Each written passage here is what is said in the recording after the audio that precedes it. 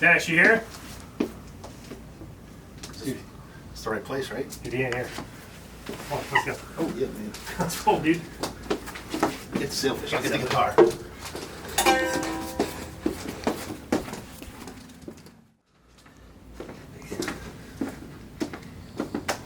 Thought I heard them say they were here. You guys? I guess I'm hearing things.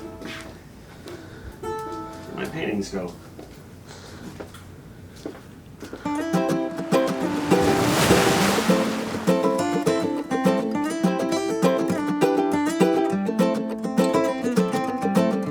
Is this real life? Is this just fantasy? What's up? Not much. How we doing? How are you guys doing? Doing good. Fantastic. We're here today with Joey Accardi and Captain Skip Dana from Surreal. What's up, guys? Happy to be here. Yeah, connected by water. We were just talking about that, how we are all connected by water, and you guys are definitely very prominent members of that connected by water community, that Pompano Beach community. I am super excited to have you both on here today. You're both friends, and proud to know you. Glad to be here. Yeah, likewise. So, yeah, cool. One thing we were talking before we started the show, and how both of you guys are very involved in the community, both on the water and off the water. You both do a lot of good. And I wanted to talk about first some of the tournaments that you've done in the past that you might be putting on or sponsoring that do good for the community. And you want to talk about a few of those? Like you just did one, like the fishing pier one with the kids. Yeah, that last weekend we did the City Deerfield Beach Junior Anglers Day. Uh-huh. We had a little over 300 kids come out and go fishing, many of them for their first time. Right. And it was a great event. We had to postpone it a week because of the weather, which I think hurt the attendance a little bit. Is that when it was blowing? That was when it was blowing and raining. It was a nasty day, but it turned out great. Kids show up. They get to go through stations on the pier. The first station they go to is kind of like an arts and crafts, but most of them all made a tackle box.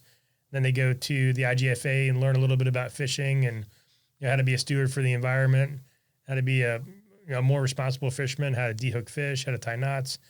Then they go to face painting, and then they go to and then they went to a snow cone machine. And then they went to Chaos Rods, learn how to cast a little bit, and then they'll have a chance to come out and go fishing for a half hour. Sure, all these vendors are set up. Everything's set up on the pier, so the city does a great job setting up. I just take care of the fishing end of it. So the city gets involved too. Oh yeah. Oh, very cool. Yeah, it's all put on by the city of Deerfield Beach. Mm-hmm. I do the fishing end. The city takes care of all the insurance. No, just all the stuff. I just have to get there and do the fishing aspect of it. That's cool. Did you have a lot of volunteers this year? We had quite a few. Yeah, we had some of our team members from Surreal out there. Mm-hmm. Fish anglers out there. A lot of their guys, and just a lot of people from the community came out and helped out. Very cool. I'd like to get involved in that next time. That sounds like a really good event. Could use a shirt guy. Yep, absolutely. 100%. 100%. Yep. So all the kids get it's we kind of put it originally the city wanted to do a tournament. Mm-hmm. Mayor Gantz is really involved in fishing. He loves fishing. Grew up here in South Florida, and the idea of doing a tournament on the pier is cool, but I don't think you can really do a tournament on the pier. It's really tough, especially for young kids. Right. So the idea kind of blossomed into doing a kids fishing day, and we kind of set it up as a tournament. The kids show up, they register, they get a bucket with a hat, T-shirt, some goodies. Everybody got a buff, and then they kind of roll through there. And we kind of set up almost like a kickoff party for the kids, and they get to fish. Then when they're done, That's awesome. They got their Chick-fil-A, and everybody went home. Yeah, very cool. You bring the kids over for that one? We were out of town. Oh, you're out of town. Oh man. I mean, I wish I would have brought the kids to that one. Next year. Cool. Yeah, it's gonna be bigger. Actually, the city, we already had our original planning session for next year. Mm-hmm. And then we're actually going to extend the hours because we had so many kids that wanted to do it, and we didn't turn anybody away, but it could be bigger and better, I think. Yeah. So they pre-register, and is there a website they can go to find out about it next year? Yeah, City of Deerfield Beach, just on their Parks and Rec page. Okay. Yeah, and very cool. Register and come and do it. It's a great time. Yeah, nice. You guys both get involved with the new holiday parade, and what are some of the other tournaments around town that you were involved with the rodeo for the longest time? Yep, still involved with the rodeo. I'm still the president of the rodeo. Yeah, awesome. And that's going to be back and better than ever. Better than ever. We kind of took the year off this year. We did kind of like a backyard tournament this year, just because I feel a lot of the guys still wanted to fish. Mm-hmm. And next year we'll be back to our normal thing. We actually flip flop days. We're going back to our original date. The rodeo was always on Mother's Day weekend. Mm-hmm. And years ago there was a scheduling conflict, so we had to get off. And Jamie went on the Mother's Day weekend, so we flip flop now. We're going to do Mother's Day. Jamie moved back a week. Okay. So you worked that out with Jamie? Yep. Yeah, that's cool. That's cool. Because the rodeo, I mean, that's a historical, tournament for Pompano Beach. I mean, it's the granddaddy of all meat tournaments. The granddaddy of all meat. Nice. Did you name it that? No. Maybe for next year. Maybe we should. Hold on, let me trademark that now. Hold on. Very cool. And is Surreal going to be fishing the rodeo? Yeah. Yeah. So, all right, you have probably one of the baddest boats on the water. Thank you. And you got your first 53 Sueños, about 4 years ago, 5 years ago? Yeah, that was about, we've had this one for almost a year, right? Yeah, yep. So we've had that for just about a year and a half. Right. You got the right guy running the boat, that's for sure. And now you're on your second one. Yeah. Now, so tell us some tales of wondrous adventure on the Surreal. You guys are fishing a lot of tournaments. Yeah, we're doing our schedule now. We're pretty much fishing at least one every month, going into 2020. Right. It was nice to have the first one, and then, fishing that boat for, a little over a year really gave Skip and I a lot of ideas. We made several trips up to, Tennessee to the factory, and, mm-hmm. We just kept pushing for stuff that we wanted. And, I don't think we missed anything. I think, if we had to build another one today, I don't think we'd add anything. I think we just keep exactly what we got. Yeah, it's like people come on the boat and look at it and they're like, man, everything just seems to be in the right spot. Everything's mm-hmm. lined up perfectly and built perfectly. And we built it. We kind of sat down and designed it specifically to be a sailfish boat. Right. But we meat fish out of it too. Mm-hmm. So we do it all. So you guys had a big hand in building that, as far as crafting where everything goes, to what level? Yeah, I mean, we from stuff that they haven't done before, 4 live wells. We added 2 more live wells in the back, so we have a total, of 5 live wells, more rod holders. Mm-hmm. I mean, we just, more rod holder storage. I mean, tower was a little different. The cabin, we, took out the sink and the microwave and stuff like that. And we just built one long tackle station, mm-hmm. For excess stuff. What else did we do that was a little different? Screens in the back. As far as different stuff, we added all the live wells, and we basically took their blank slate of the 53, and we actually sat at lunch one day, and we're like, we're going to put live wells here and the rocket launcher here, and, mm-hmm. and I put about 100 rod holders on each side. But they were at first they weren't as receptive to do it, and then once they got into it and saw the design how it was going to turn out, mm-hmm. HCB was really into it. And they're actually, when we went to the factory, the guys, they were so excited to build it and get it done. It was a really cool experience. I think that's cool. I mean, it's probably smart for them to listen to you, I would think. Someone who's made a life on the water and knows fishing just about as well as anybody else on the planet. I mean, right? And whenever we go anywhere, it's like we'll go to, say if we're just going to dinner somewhere, you almost can't get off the boat because it's nonstop. People want to look at the boat and mm-hmm. check the boat out and ask questions about it. And it got to the point now where I can answer pretty much any question about the boat, fuel, rod holders, live well space, all that stuff off the top of my head. But we tell people now, just tell Hydra-Sport you want the Surreal edition. Yeah, nice. So they're starting to pay you for your sales techniques now? Not so fast, my friend. That's cool. No, so are they starting to put those designs into the other boats now? Those boats are really, it's what the owner wants. I mean, they don't have a boat that they're going to build that's not to the specifications of the owner. So they're custom. Yeah. So, I mean, completely custom. I didn't know that. No 2 boats are alike. That's cool. HCB, Hydra-Sport Custom there you boats. Go. Yeah. Yeah. So, I mean, they're, some days it's just so obvious that it's.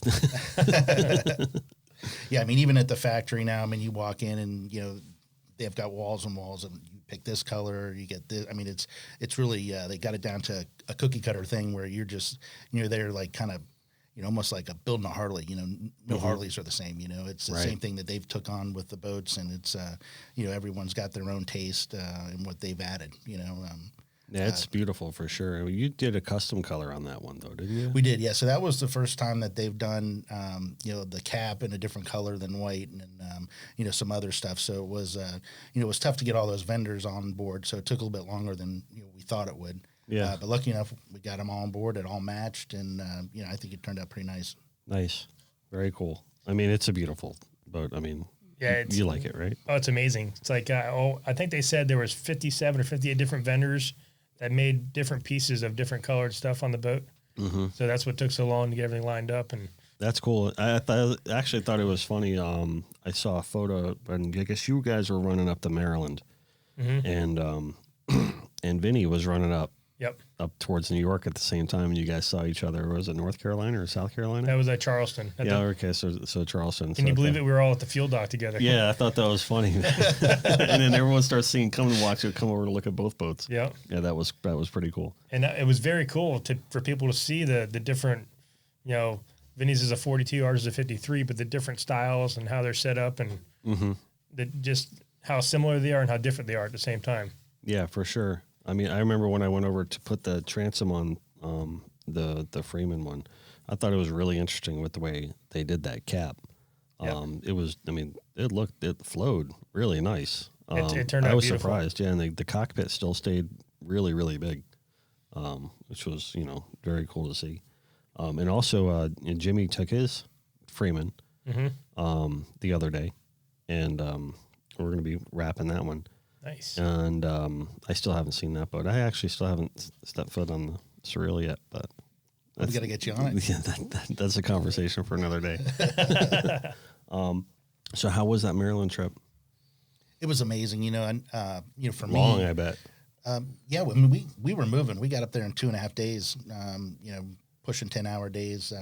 Boat ran out great. I was just amazed to see what a spectator sport it is. When you're pulling up to the dock and you got thousands and thousands of people, and they're just all cheering and screaming, and then here comes the rain, and I'm like, oh, this stinks. Everyone's going to leave. No one left. Really? They got ponchos on, and they're screaming even louder. And the rain's coming down. It's like a big deal up there. I mean, it was just total different than what we're used to here. I mean, the tournaments here we still get good turnout. Usually it's friends, family and stuff like that. But up there, it was like everybody in that town was there, to watch that weigh in. I mean, we were sitting there, big, huge jumbotron screens, at the weigh-in, and it was just, it was an amazing experience. Really, yeah, I didn't realize it was such a big town event like that. It's like unless you've seen it, you can't.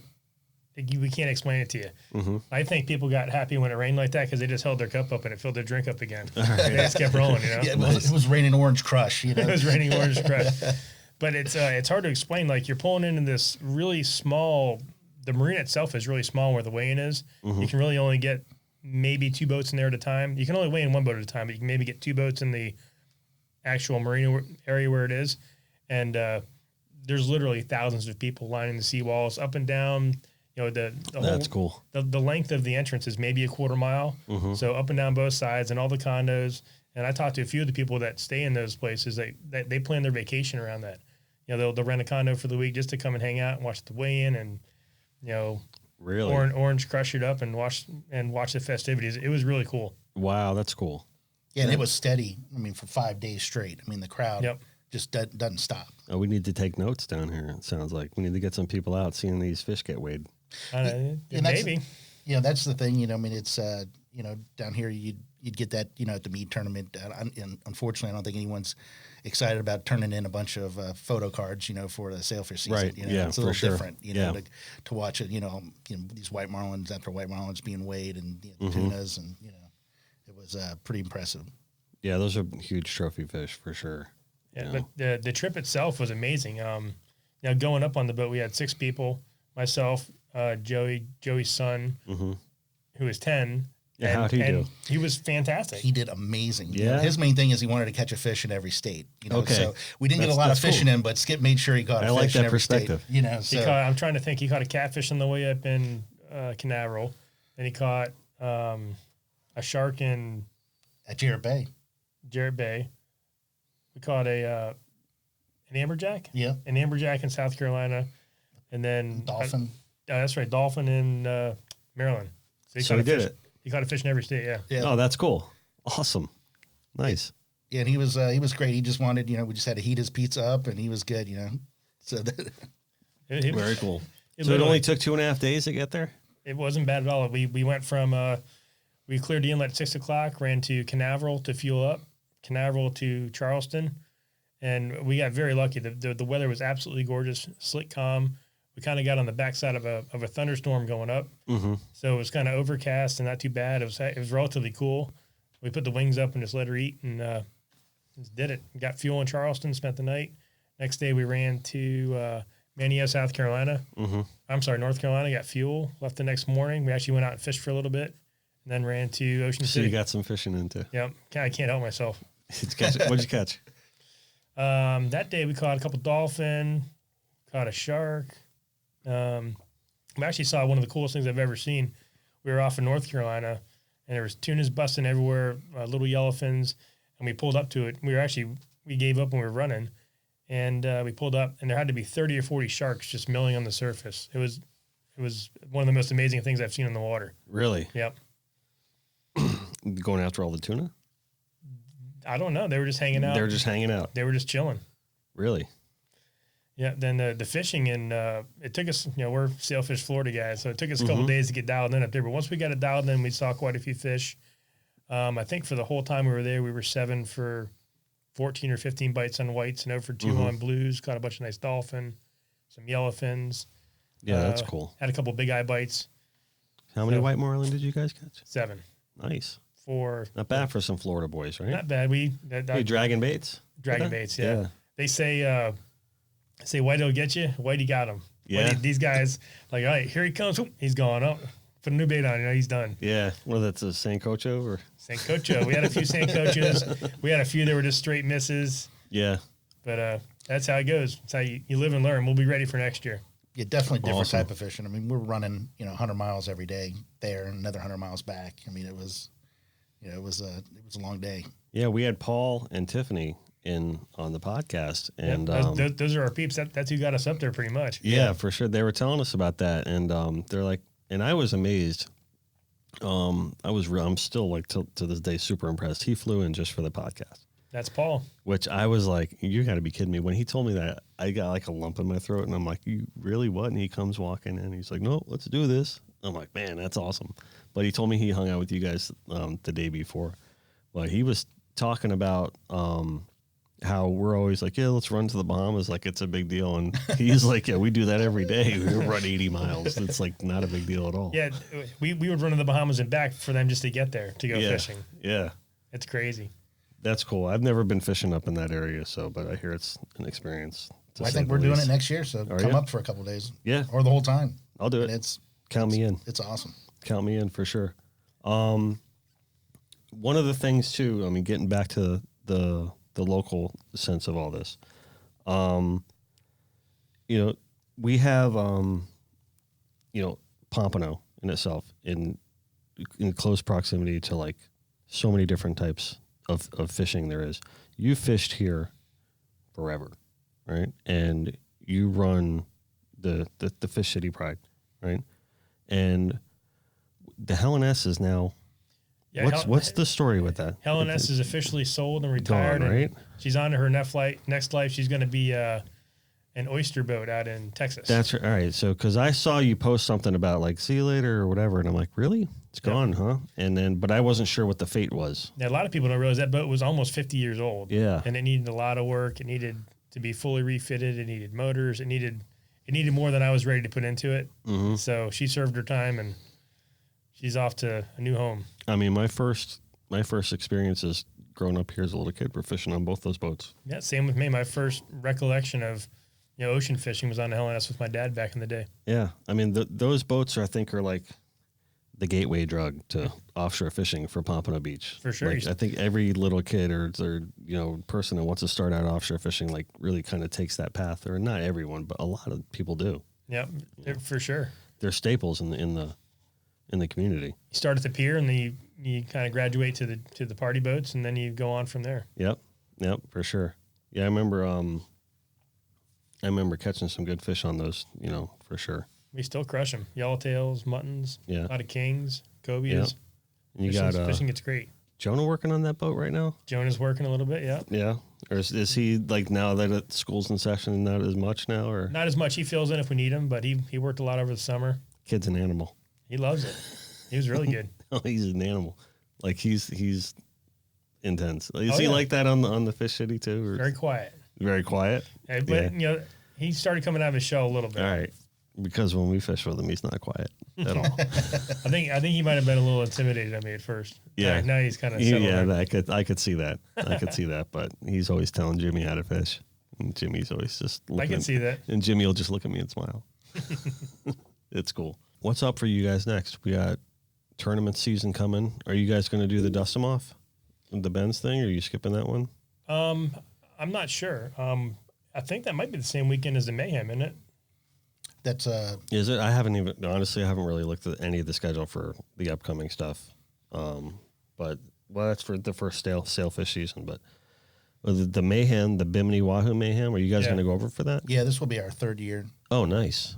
Yeah, very cool. Doing that. Yeah, we enjoy that tournament. It's a good tournament. Yeah, Jimmy is trying to talk me into. I'm doing all the art for. I do all the art for the Meat Mayhem stuff. So he's like, "Oh, you got to come over." And last year I told him, "Oh, next year I'll come." But now I'm like looking at the schedule. I'm like, "Oh, it's coming up. I better make a decision here soon." It's a month away. Yeah, that's a great tournament, though, isn't it? It is. Yeah, we've had tough weather the last 2 years, but we've weathered it out. Right.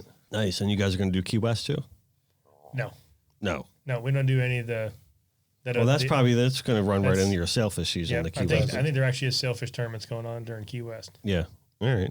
Very cool. Yeah, because we got 6 sailfish tournaments on the schedule right now. Yep, 6 plus the Wahoo tournament. Mm-hmm. We like to talk about fishing on this show, but we also like to talk more about how the prominent members of the community through fishing make an impact on the community. Like we talk about like how FFMD makes an impact on the fishing community for their cause. And, the Freedom Fighter Outdoors, they make an impact, and it's all like, through fishing. Talk about some of the organizations that you guys know about that you get involved with that you feel are making an impact right now. And when we talk a lot about clean water on this show, that's really like our big champion cause. I watched an episode last night of this show on Netflix called Rotten. And it talks about like the Lake Okeechobee effect and the Everglades water effect. For someone that's on the water all the time, what's your take on current quality of water, current regulations? Is there some overreach happening that you feel that can be changed? Or do you think that not enough is being done in any certain type of area? I definitely think the discharge needs to stop if it can. Mm-hmm. I know that I just read an article the other day that I think they procured another 65,000 acres up there north of the lake as a containment facility for. Did they really? Yeah, that's what I heard. When did that happen? Last few days. Really? Yep. Wow, I haven't heard about that yet. And that would help. They need to get that natural flow of the river grass going again, I think. Mm-hmm. But if you look up, I have a lot of friends that live up in Stewart, Fort Pierce area. The water quality up there this year is fantastic because they haven't been having the discharges.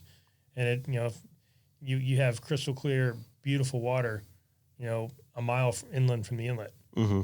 And in the last 6, 7, 8 years, you didn't see that.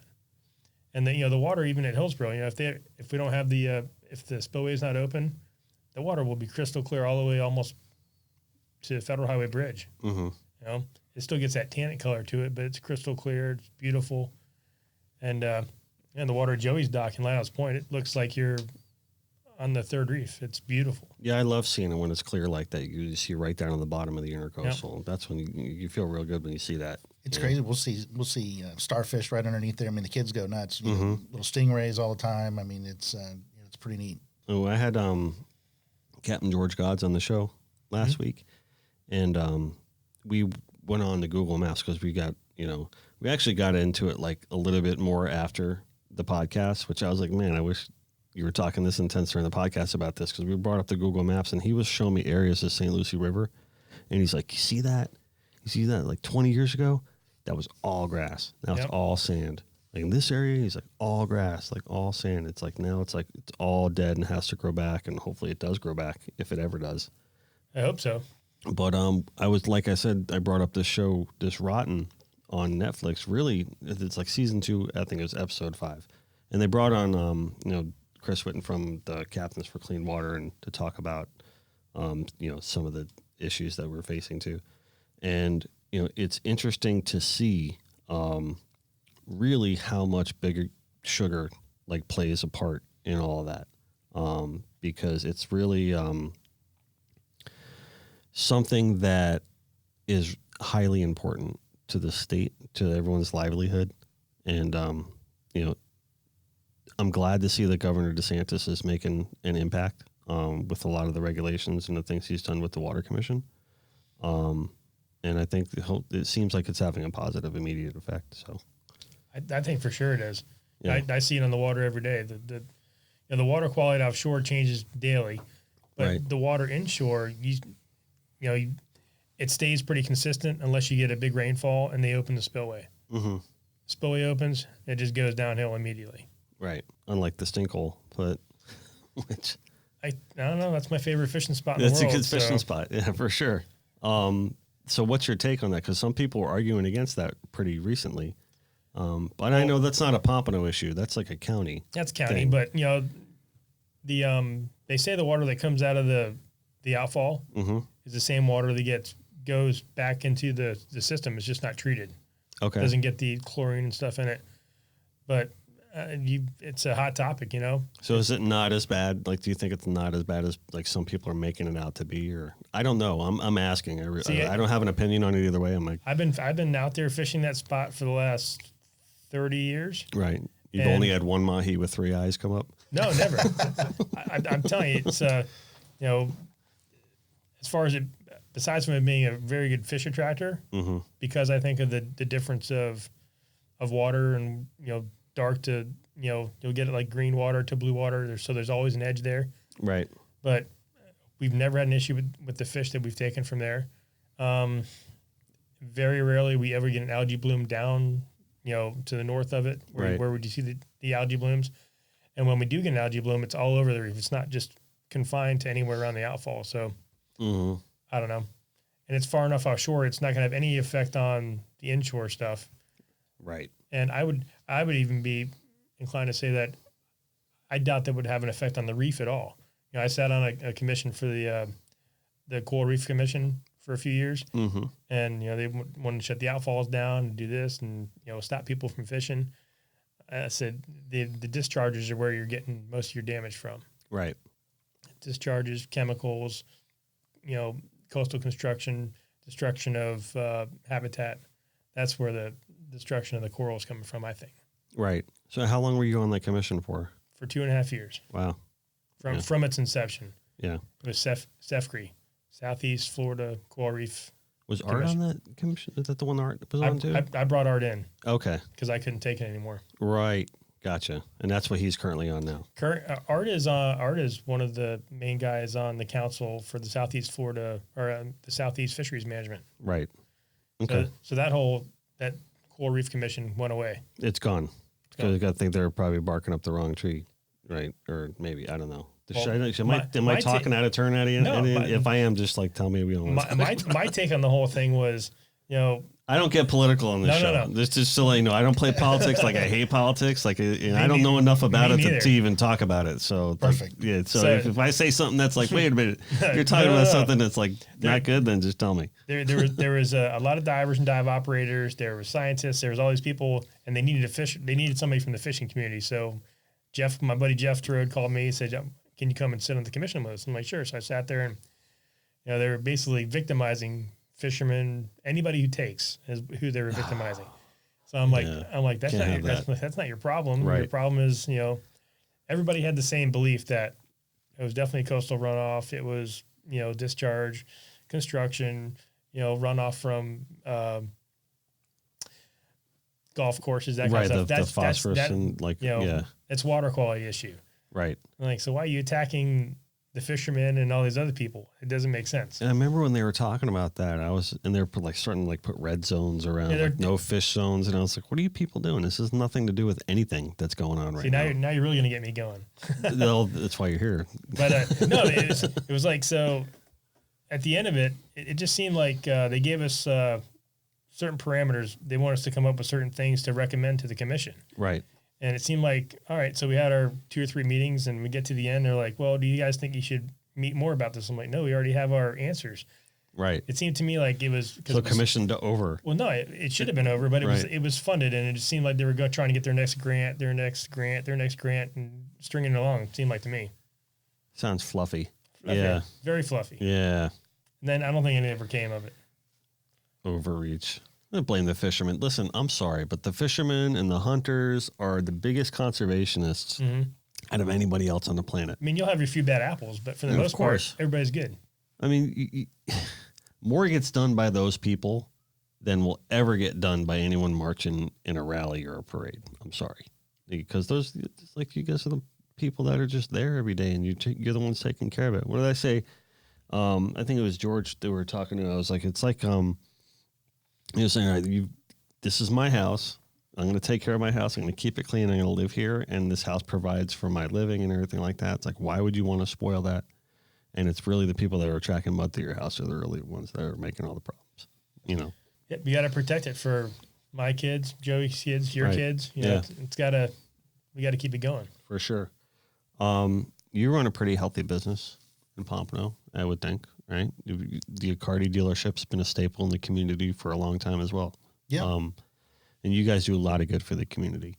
We try. You know, it's my mentor, Phil Smith, he taught me a long time ago, you got to give back, to the community who's helped you build your business. And, I think it's important, you got to give back to the community, especially I love doing anything kids related, but we try to do, just about, everything, some we can do a little bit more and some we do a little bit less, but, it's ultimately important, take care of the locals and the community. And, that's what, and we enjoy doing it. It's nice when you get to see, the fruits of your labor and what you're contributing and how people are enjoying it. And, it's a good time. It's a good feeling. Yeah. I think that kind of talks to about like some of the stuff that we're getting at here is, the more you kind of take care of that community and own it, you know what I mean? The more it gives back, not only to you, but to everybody else. It just makes it like a nicer place to be, a nicer place to live, nicer place to work and play. And that's really what the whole Connected by Water aspect is all about, is really kind of like, I want to bring on people here on this show. I mean, not to promote my business or anything like that, but I just want to promote a community and I think that's just going to benefit everybody. And I really do believe that. I really do believe in that philosophy of, just creating that positive aspect of it. I'm not talking about like in like some hippie lovey nature of it, you know what I mean? But it's just, it is true though that,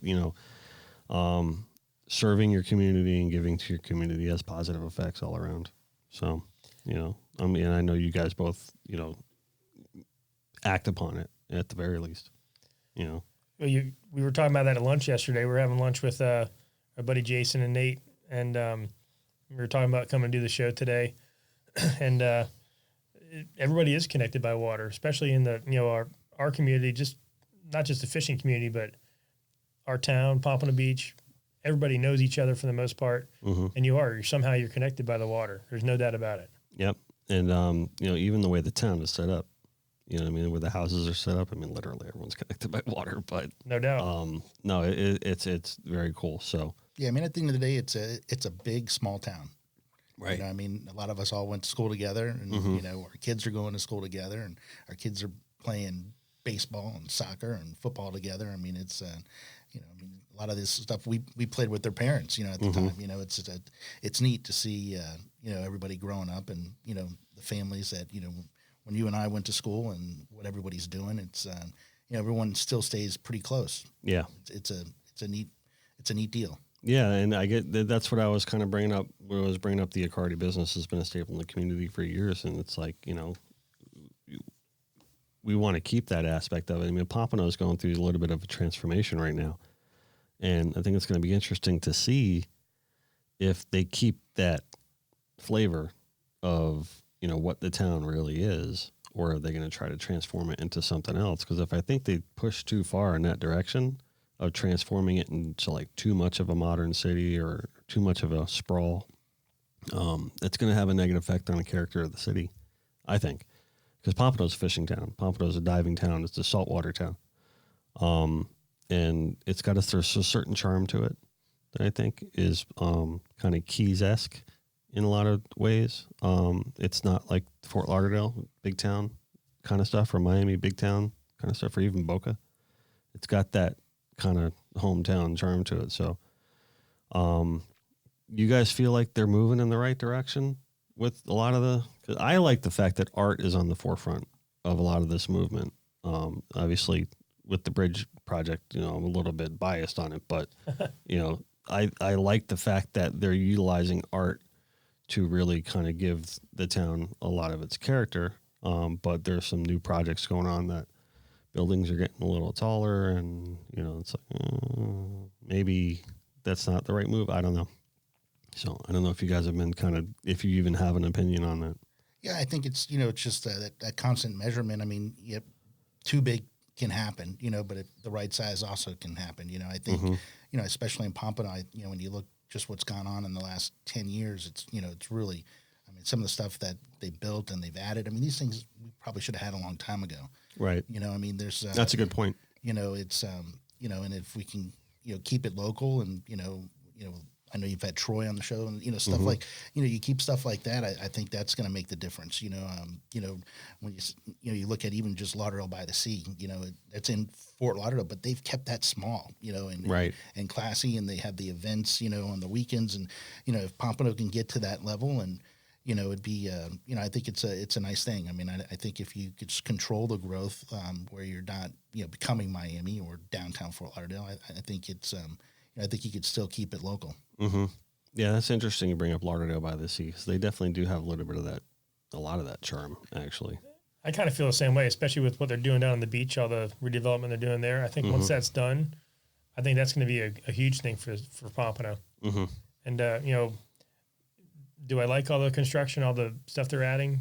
Yes and no. As a business guy, the more people I think we can put in the city that are going to be residents and someone to go fishing, they're going to need to buy cars, they're going to have to go to restaurants, you know, it's going to be good for the community overall. But I don't know, I kind of like the way it was when I was a kid, but, you know, change happens and you don't have to like it, just have to accept it, you know? That's true. That's true. It's very true. So with this surreal boat, you're going to like go all over with this boat, right? You've been to the Bahamas with the boat plenty, right? And down all the way down to the Keys, and all the way up to Maryland. So are you planning on venturing like anywhere else with this thing? You know, I think if an opportunity was there, I mean, I think we like the challenge and the, you know, the experience, you know, more, you know, than just the fishing, you know. I mean, it was neat to stop in those, you know, some of those towns on the way to Ocean City, and there were people meeting us at the dock, and people wanted to meet us when we came back. I mean, it was, you know, on social media, we kept getting pictures of the boat. People we had no clue, didn't even know that they'd know us, you know. Right, These are South Florida people, you know, and it was a neat experience, you know, and, you know, we liked, you know, we loved traveling to the Bahamas. We loved the Keys, you know, and, you know, if there's another opportunity to go somewhere else, you know, I think we'd be game. Yeah. Who's fishing on that boat now? You got Fishman on that boat. You got Curtis on that boat. I thought Curtis was going to come today. He's going to be a surprise guest. Is he out of town right now? He's out of town. He's out of town. Yeah. He gets back Thursday. Yeah, that's cool. So you got Fishman on that boat, and you got Cooper Smith on that boat sometimes. I have to pull up my text thread to go see whoever we got. You got a lot of people. We got a bunch of on guys. that boat. Yeah, so we're fishing with 15 people this year. Wow, 15 people on like for every tournament. We have 11 anglers plus Steve Curtis and Rhett, who are kind of mates and camera guys, and then we always have our buddy Steve that comes along and he films. Yeah, he takes some great shots. That 360 camera stuff is amazing. Yeah, Steve takes some amazing photos. He does. He's got a passion for it too. Yeah. So I get this a lot. Everybody's like, man, I can't believe you guys fished that many guys. I'm like, well, it's like when you got a triple on or a quad on and you have to do stuff, you need hands on deck, you know, and it makes it a lot easier. And, you know, when we fish, I like to have the guys hold the rod all day, especially when we're kite fishing. So you get tired after a while. Half hour, 40 minutes without a bite. You want to tap out and get a sandwich or something to drink, get out of the sun for a little bit. Oh, that sounds nice. So it works out good, I should come tournament fish with you guys. Come on. 40 minutes a pop. Well, you'd be surprised. I mean, everybody has a job. Everybody knows what they're going to do, and they stick to that. Everyone's got their position, and then then we rotate. But there's usually something going on. We're helping somebody. I mean, it's you'd be surprised how it keeps everybody busy, even with that many people. Right. No, that's good. How many lines? You get a lot of flat lines off the top of that too, I'm sure. Well, when we're in sailfish tournaments, it's a 7-line limit. It's 7-line limit. So we're normally fishing 6 kite rods on a flat line. Okay. So in the summertime, we'll fish 3, 6, 9. Yeah, that's what I'm saying. For the meat tournaments, 14, it doesn't really. 15, there's no limit. I think sometimes you can get too many. So it happens a lot in the summertime. Everybody tries to put so many flat lines out and down lines, and then the bonitas come through. Oh, you end up with just a giant tangle, even before you get a bite. So I'd rather fish 3 or 4 lines really good than 8 that are all tangled up. Yeah.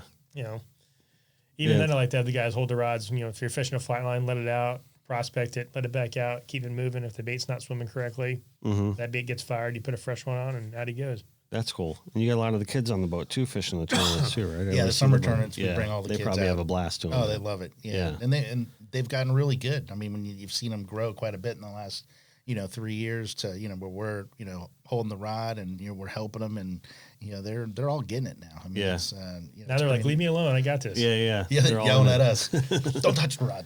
Right. That's how Jonah got us. Well, Daniel, Joey's son, he went from, from Pee-wee to junior now. So he's on his own now.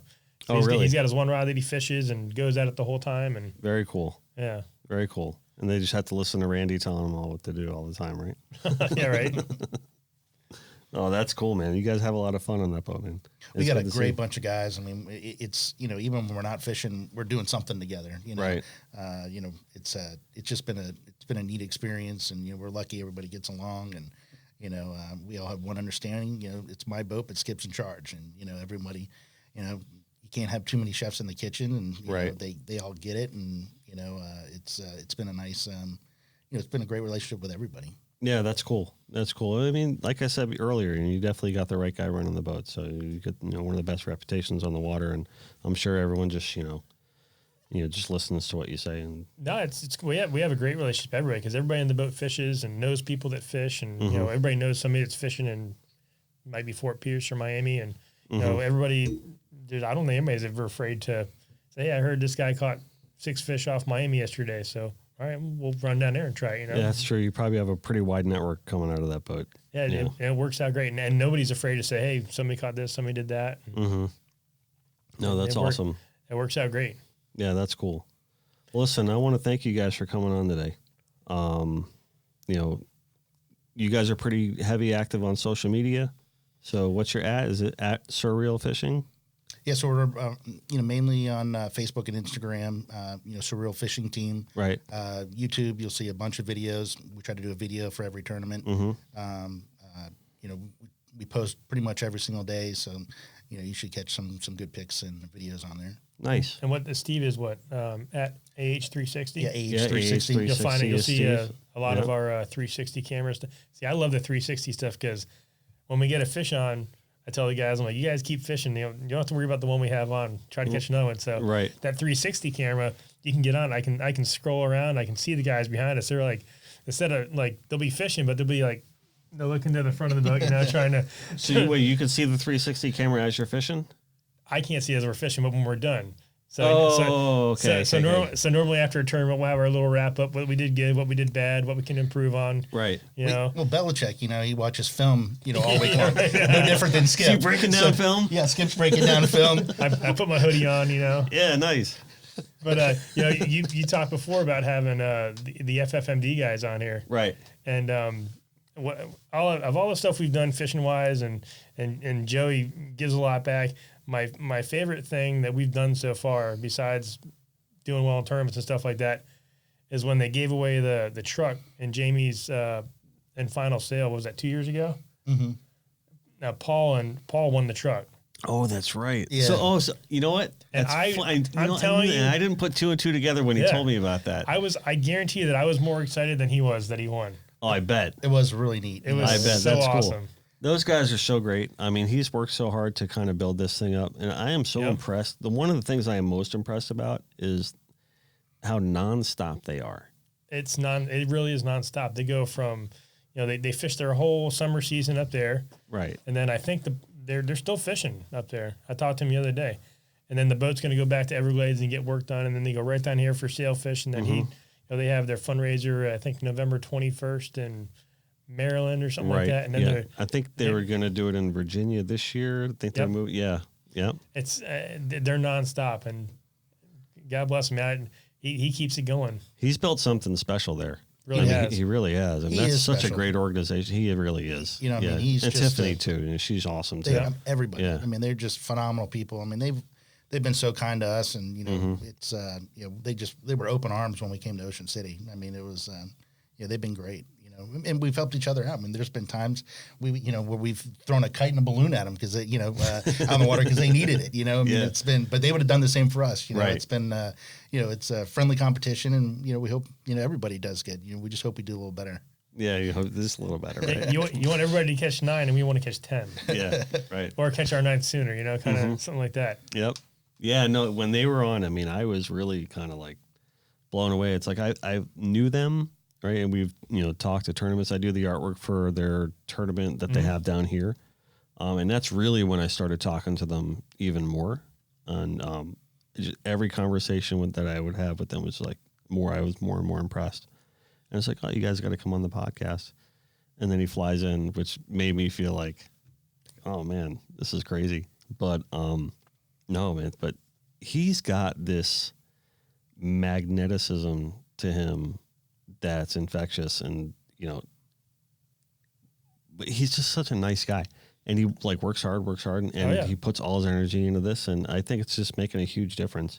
I mean, I know they're so aligned with the muscular dystrophy, the actual Muscular Dystrophy Association, and I think they got lucky the day that he entered their lives, not the other way around. Absolutely. Yeah, for sure. We fished with some of those people, and we had them on the boat. I mean, they've been some kids. I mean, just when they had their tournament. I mean, just really you're just amazed. Just overall. I mean, it's a nice thing. Yeah, and they had a cool story about what I think it was the biggest kingfish that got caught by I think it was someone that it was some family in the tournament last year. Yeah, in the tournament last year. Yes, it was somebody through their foundation or through the foundation. Yeah, it was a child that had an MD. Yeah, that was family. I love that story when they told that to me. They're putting on that. That's a really good tournament. I know they got unlucky with some weather issues, last year. But I'm thinking that this year that tournament's going to be a lot bigger. Oh, I think so too. I mean, they put that together really quick. Most people couldn't put it together that quick. Right. They did it, and we fished it. We enjoyed it very much. They had a good crowd, and I think to your point, it's going to get bigger and bigger. Yeah, I think so too. I mean, I think anything that they touched is going to turn to gold anyway.